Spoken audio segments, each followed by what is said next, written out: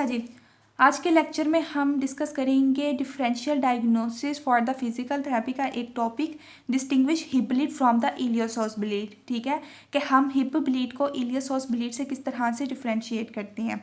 अब इसको जो सा है डिफरेंशिएट करने के लिए हिप ब्लीड को फ्रॉम द इलियोसोस ब्लीड, उसके लिए हम दो टेस्ट परफॉर्म करते हैं। ठीक है, जिसे हम कह सकते हैं कि पेशेंट को हिप ब्लीड है या फिर इलियोसोस ब्लीड है। अब क्या होता है कि पहला हम टेस्ट परफॉर्म करते हैं कि उसमें पेशेंट को कहते हैं कि अपने ट्रंक को फ्लेक्स करे। ठीक है, फ्लेक्स द ट्रंक।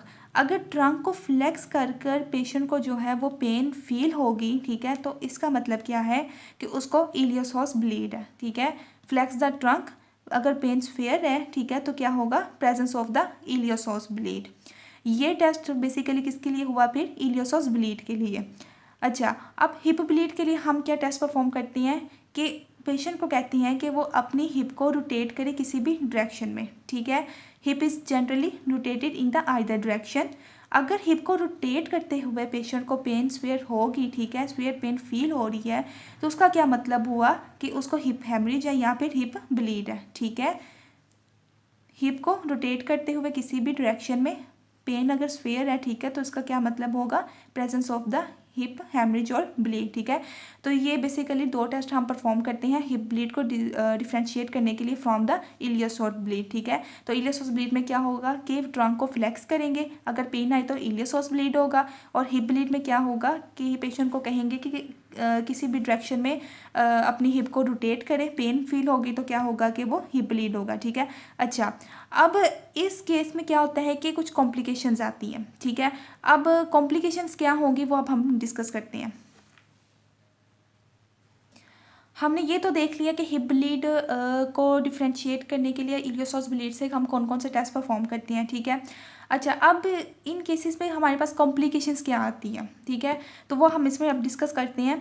तो सबसे पहले क्या होता है कि जो फर्स्ट कॉम्प्लिकेशन होती है वो होती है वेस्कुलर कंप्रेशन। ठीक है, अब वेस्कुलर कंप्रेशन होगा तो उसकी वजह से क्या होगा कि लोकलाइज्ड इस्कीमिया हो जाएगा। ठीक है, या फिर नेक्रोसिस हो जाएगा। ठीक है, ये थी फर्स्ट कॉम्प्लिकेशन। अब सेकंड क्या आती है कि जो हमारे पास मसल फाइबर्स होती हैं, ठीक है, वो नॉन इलास्टिक फाइब्रोटिक टिश्यू से जो है ना वो रिप्लेस हो जाते हैं। ठीक है, replacement of the muscle fibres by the non elastic fibrotic tissues. ठीक है, अच्छा, उसकी वजह से क्या होगा कि मसल शॉर्टनिंग हो जाएगी। ठीक है, और जॉइंट कॉन्ट्रैक्चर्स हो जाएंगे। ठीक है, ये थी सेकंड कॉम्प्लिकेशन। अब थर्ड नंबर पे क्या होता है कि जो नर्व कंप्रेशंस हो जाती हैं, ठीक है, वेस्कुलर कंप्रेशन हो गई और नर्व कंप्रेशन होगी। ठीक है, अब नर्व कंप्रेशन की वजह से क्या होता है कि पेरिफेरल नर्व लेजन होगा। अब उसमें जो से मोस्टली नर्व जो से इन्वॉल्व होती है वो होती है फिमोरल नर्व। ठीक है, कौन सी नर्व होगी इन्वॉल्व, फिमोरल नर्व। ठीक है, अब फोर्थ नंबर पे क्या होता है कि सूडो ट्यूमर फॉर्मेशन हो जाती है। ठीक है, और उसके साथ क्या होता है, बोन इरोजन हो जाएगी।